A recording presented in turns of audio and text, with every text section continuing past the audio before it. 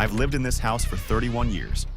I raised 2 children in it, buried a husband from it, and on a Tuesday morning in March, my son-in-law knocked on the door with a notary standing beside him like a prop he'd rented for the occasion. I didn't know it yet, but that knock was the last ordinary moment of my old life. My name doesn't matter. What matters is that I'm 74 years old. I live alone since Frank passed 6 years ago. And until that Tuesday, I thought my daughter's husband merely tolerated me. I didn't know he'd been planning something for months. "Margaret," he said. Craig always used my first name, never Mom, not once in 11 years of marriage to my daughter.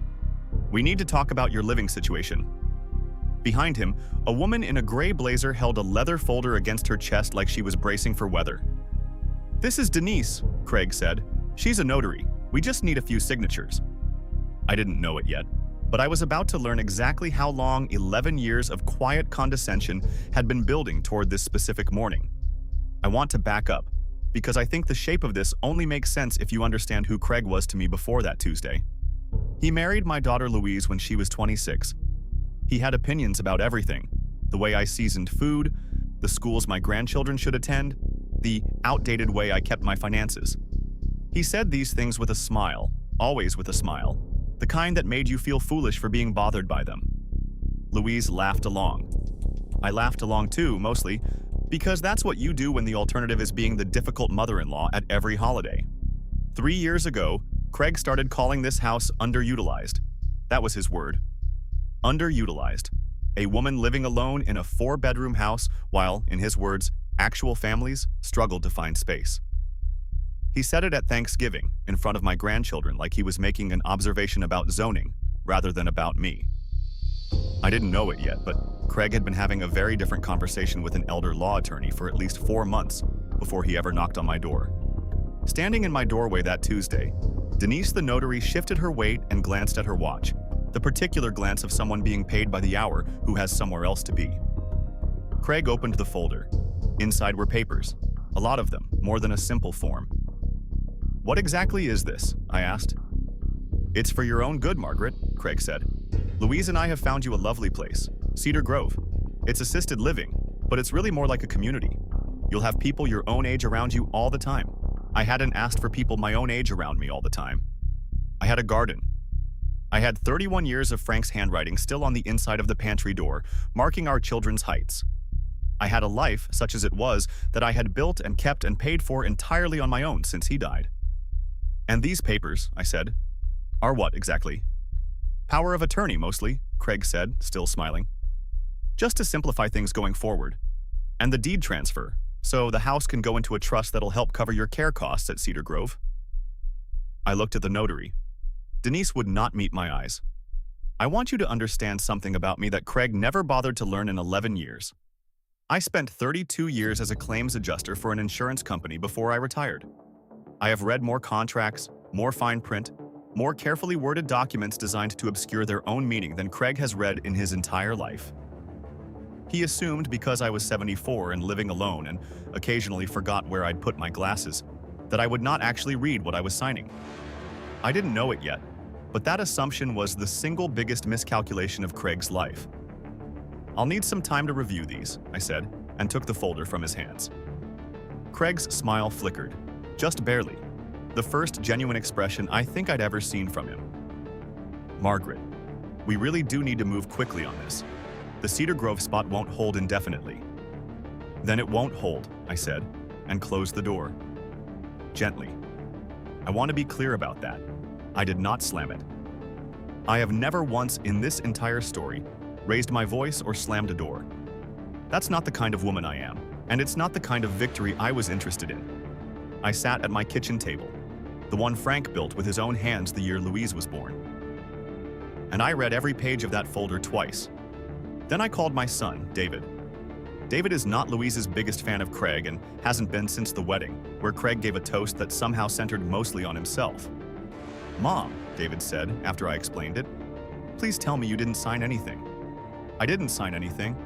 "Good, don't. I'm calling Aunt Carol's lawyer friend today." I didn't know it yet, but David had actually been quietly worried about exactly this kind of situation for over a year, ever since Craig had asked him at a birthday dinner, hypothetically, what David thought the house might be worth.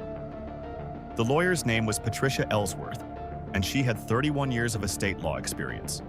The same number of years, it happened, that I'd lived in this house, though I didn't make anything of the coincidence until later.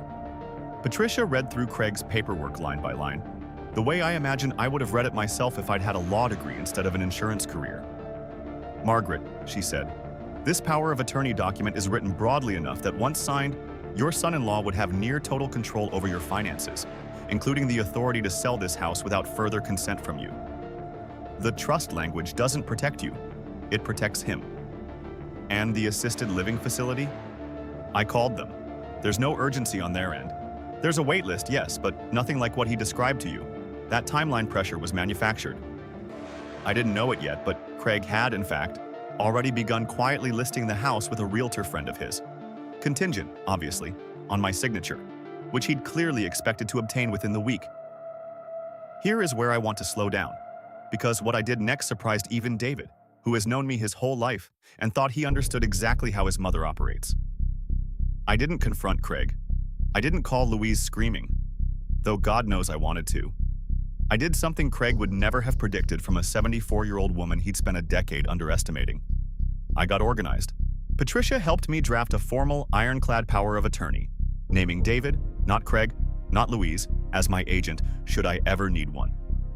We recorded a clear, current appraisal of the house, establishing beyond any dispute what it was worth and whose name was on the deed. Mine, solely, exactly as it had been since Frank and I bought it 31 years ago. We documented, in writing, the conversation at my door, the manufactured urgency, the specific papers Craig had presented. Patricia called it building a record. I called it common sense, but I understood by then that common sense, properly documented, is what actually protects you. 2 weeks later, I invited Louise and Craig to dinner. Just the two of them, no grandchildren. I made the roast Frank always liked. I want you to picture this scene the way it actually happened, because it wasn't dramatic. It was 3 people at a dinner table eating, mostly quietly, until dessert. "Mom," Louise said, "did you think any more about Cedar Grove?" "I did," I said.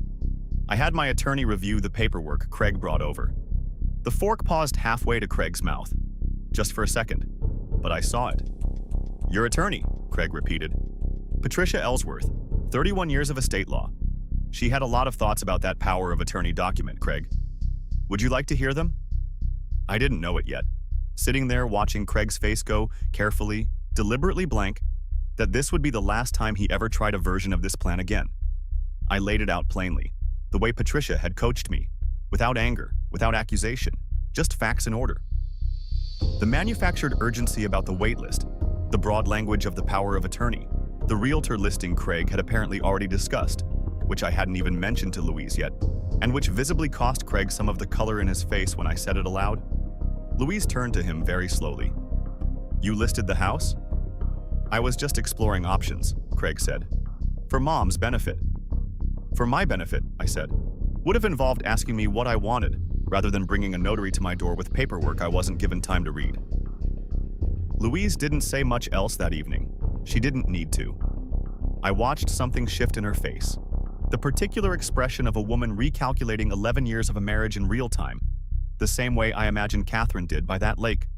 The same way Melissa's silence cost her everything in that hotel room. It's a familiar look, once you've seen it enough times. The moment someone realizes the person beside them has been managing them, not loving them. I didn't know it yet, but Louise had already quietly started asking her own questions about their joint finances the following week. Questions that led to some other discoveries about Craig that were never really mine to tell, and that I'll leave where they belong, with her. What I can tell you is what happened to me. I still live in this house. I still keep Frank's handwriting on the pantry door. I still garden every spring, the same beds I've kept for 31 years. David checks in every Sunday, a habit that started the week of the notary and never stopped. Louise calls more than she used to, on her own now, not through Craig. Craig, as far as I know, no longer brings up Cedar Grove. I heard through David that he made a similar comment to a coworker about an elderly aunt of his own. Underutilized was apparently a phrase he was fond of. And that it did not go over especially well once his coworker mentioned it to the aunt in question. I found that mildly satisfying, in the quiet way these things tend to land once you stop needing them to be loud. People ask me sometimes if I regret not simply signing those papers that Tuesday, just to keep the peace, the way I'd kept the peace for 11 years of small comments and Thanksgiving jokes at my expense. I don't. I think about that folder sitting on my kitchen table sometimes, on the good mornings, coffee in hand, garden coming in nicely. Craig thought he was offering me a choice between his plan and an argument. He never considered that a woman who spent 32 years reading fine print for a living might simply choose neither and find a third option instead. This is Quiet Justice. If you liked this story, subscribe for more real and inspired by true family stories. New full-length stories weekly.